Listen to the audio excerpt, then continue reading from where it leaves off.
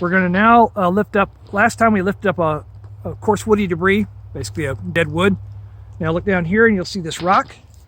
And this is another natural object out here that salamanders are going to be under oftentimes. We'll see if there's anything under here. And look at this. We didn't even set this one up. Here it is, redback salamander. It's actually a morph that has the red back. There it is, wriggling. Yep. And what I'm going to do though is notice here something. Notice this. This is actually a nest of a paramiscus here. See the acorns? It had been nesting under the acorns, empty now. But before I put this rock back, back up a little bit. Back up. So before we put this rock back, you make sure there's nothing else underneath it. Okay. And then I'm holding the salamander while I do this. And you want to put the rock back after you made sure there's nothing underneath it. Oh, look at this. Not here, Abby. Closer.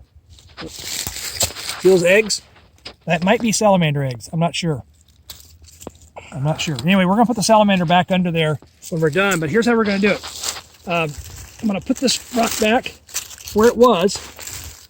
Try to put it back where it was without disturbing much. And then if you want to, when you go to set the salamanders back, when you ever go put a salamander or any amphibian back underneath the rock or any reptile, you want to put the rock down, put the log down, and then put the salamander or whatever it is you caught next to the rock, right down here, next to the rock, and let it go under on its own. But we're going to actually take this one and go over here.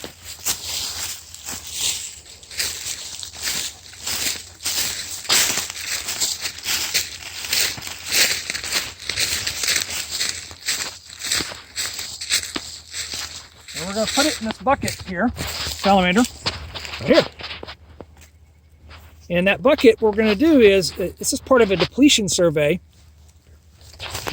Part of a depletion survey where you go into a certain area and you search for all the salamanders or whatever it is you're trying to find, usually amphibians. You basically clear the area of those. You find every specimen, every individual of those, and you put them in a bucket.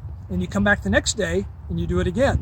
And the next day and you do it again. Usually you do it 3 or 4 days in a row. You just keep going out, resampling the area. And then what you're going to do is you're going to catch fewer and fewer every time you come out because you've depleted the population by that point. So what do you do with the salamanders in the meantime? You put them in a bucket like this, right down here.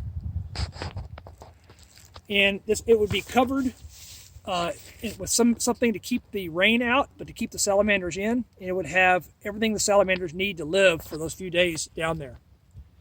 When we put this bucket in, for example, we need to also, so you see the water down in this hole?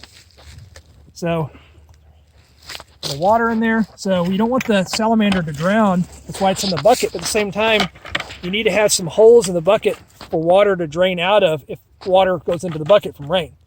So it's a trade-off. You want to have it connected to the environment, but not so connected that it can just walk right out. Okay, this is illustrated this part of the depletion survey, and now we're going to move on to the transect.